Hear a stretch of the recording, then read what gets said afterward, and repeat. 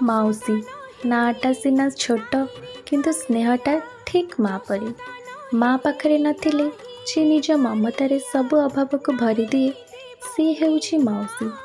ସେଇଥିପାଇଁ ତ ବର୍ଷକୁ ଥରେ ମହାପ୍ରଭୁ ନିଜ ମାଉସୀ ମା'ଙ୍କ ଘରକୁ ଆସନ୍ତି।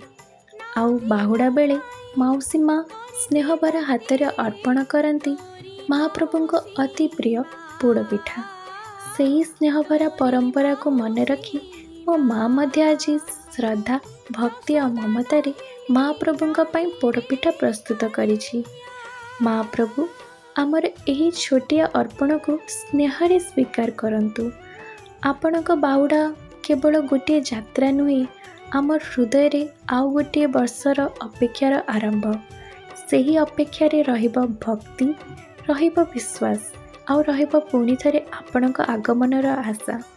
ଜୟ ଜଗନ୍ନାଥ।